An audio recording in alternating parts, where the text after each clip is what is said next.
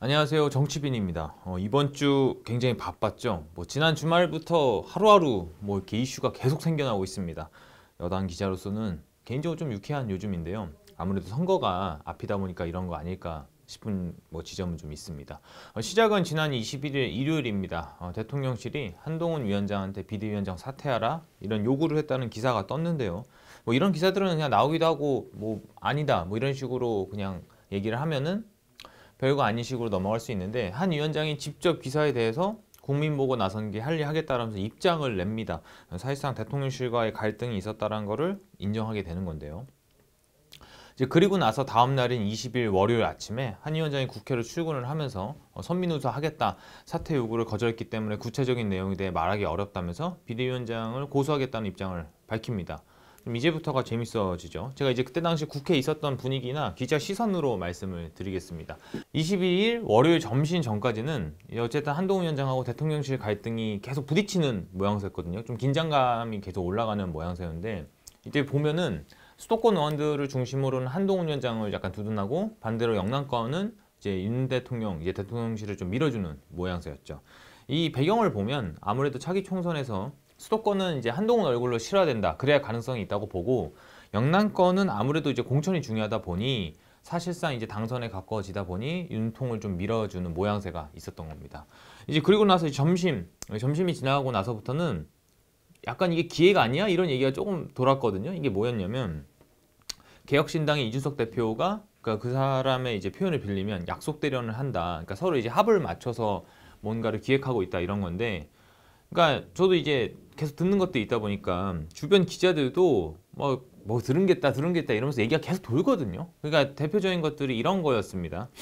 그러니까 현 대통령, 윤 대통령 지지율이 낮다 보니 이 상태로 선거를 치를 수 없으니 보여주기일지언정 한동훈 위원장하고 윤통이 이제 거리를 띄우면서 홀로서기를 하고 있는 모양새로 간다는 것이죠. 그러니까 한동훈 대 이재명 구도를 만드는 게 선거에서 유리하다고 보니까 이런 식의 약간 기획 뭘 한 거 아니냐, 이런 좀 의구심이 들었던 겁니다. 생각을 해보면 12년도 때 이제 박근혜 대통령이 이명박 체제 내에서 여당 내 야당 역할을 하면서, 그때 당시 정권 말기 선거였고 사실상 야당이 다 이긴다고 봤는데 여당이 이겼거든요. 되게 가볍게 이겼던 기억이 있는데, 저는 또 이때 당시 이게 좀 설득력이 있다고 생각을 했습니다. 물론 이게 이준석 전 대표를 제외하고는 이런 말을 하는 약간 전문가들은 거의 없습니다. 오히려 평론가들은 이제 이준석 대표가 한 위원장이 윤 대통령하고 각을 세우면 자신의 입지가 좁아진다, 그런 아이덴티티가 없어지니까 그런 말을 하는 거라고 분석하기도 했는데요. 그러니까 저는 좀 그런 게 있는 것 같습니다. 어쨌든 제가 여당 기자고 국회에 있다 보니까 저도 어쨌든 내부자로서 보면 이렇게 너무 가까이서 이렇게 보다 보면 큰 그림이 보이지 않는 것처럼 저도 판단이 잘 안 설 때가 있거든요. 그래서 모든 가능성을 봐야 하는데, 지금 현재 방송을 찍는 이제 26일자 기준으로 보면 약간 약속대로는 아닌 것 같다라는 게 대부분의 좀 판단이기는 하죠. 하지만 좀 정치권이 예측이 너무 안 되는 상황이다 보니까 그런 가능성까지는 배제할 수 없었던 것 같습니다. 하여튼 이제 22일 좀 이제 오후 지나고 나서부터는 아무래도 아까 말씀드렸던 좀 한윤 갈등이 거의 정설처럼 여겨졌던 거죠. 이제 그리고 나서 이게 좀 오래 갈 거라 생각을 했는데, 이제 23일이죠. 한동훈 비대위원장과 윤석열 대통령이 서천 특화시장 화재 현장에서 만나 사실상 화해하는 것 같은 좀 그림이 나왔습니다. 보면 이렇게 악수도 하고 어깨도 치고 약간 그런 게 나왔죠.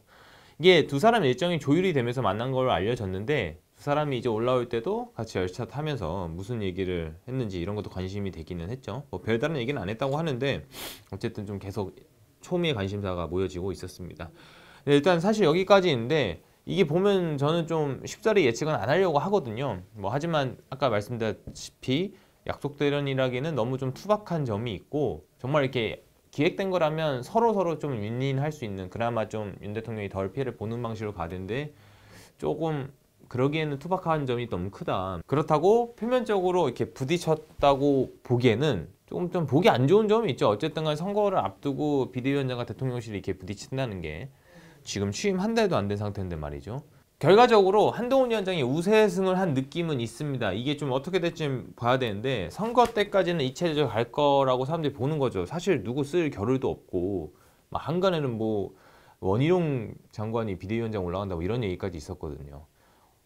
이제 좀 더 들어가다 보면 두 사람의 갈등 배경에는 또 김경률 비대위원의 좀 역할, 좀 말들이 있었습니다. 한 위원장이 최근에 김 여사 명품백 수수 논란에 아쉬운 부분이 있다면서 대통령실과 약간 좀 온도 차이가 있는 입장을 보였죠.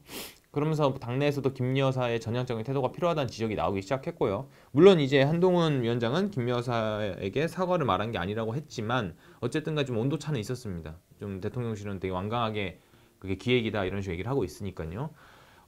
이제 김경률 비대위원이 김 여사를 두고 마리 앙뚜아네트로 비유를 한 것도 굉장히 좀 대통령실의 심기를 불편하게 했다 이런 얘기가 있는데, 마리 앙뚜아네트가 프랑스 혁명 다시 단두대에 올라갔던 것처럼 좀 이런 인물을 비유한 건 좀 나갔다라는 여건 반응이 많았습니다. 게다가 이제 김 비대위원이 윤재원 원내대표가 김 여사 명품백 논란을 정치 공작으로 규정한 게 그게 이제 우리 당내 TK 대구 경북의 시각이다 하면서 이제 TK 쪽 영남 쪽에 이제 또 그 심기를 불편하게 했죠.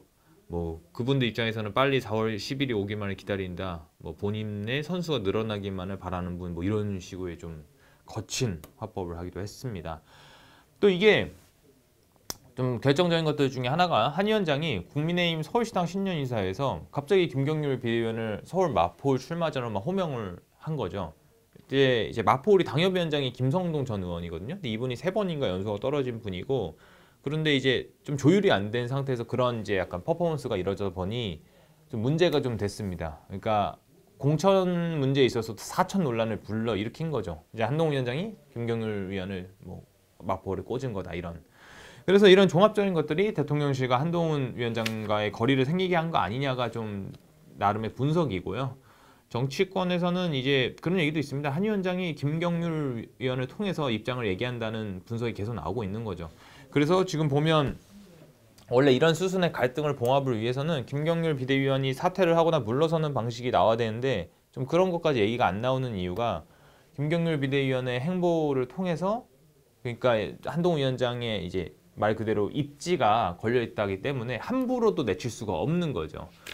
이게 보면 좀 김 비대위원은 지난 23일 한겨레에도 김 여사가 명품 가방 수수한 거에 대해서 설명을 하고 입장을 밝혀야 한다는 거는 그대로다, 생각 그대로라고 얘기를 했습니다. 그러니까 굽히지 않은 거죠, 이거에 대해서는.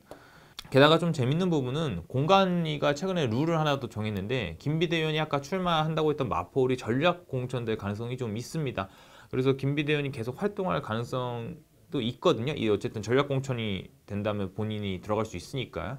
근데 이게 또 대통령실과 한 비대위원장 관계가 있다 보니 어떻게 될지는 또 미지수입니다. 저는 갈등이 끝나지 않다고 보고 있고 이게 또 갑자기 터질 수 있다. 어쨌든 김건희 여사 리스크가 있는 상태에서 총선 치르기가 힘들다고 비대위원장이 판단할 수 있는 지점이니까요. 저는 다시 한번 갈등이 붙을 가능성도 있다고 봅니다.